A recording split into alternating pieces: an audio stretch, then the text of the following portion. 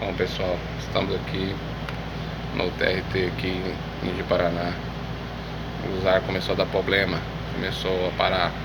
Aí fizemos o diagnóstico aqui previamente, está precisando de uma manutenção, mas está parando por causa desse carinha aqui, ó, capacitor, porque aqui tem muita queda de energia e provavelmente capacitor.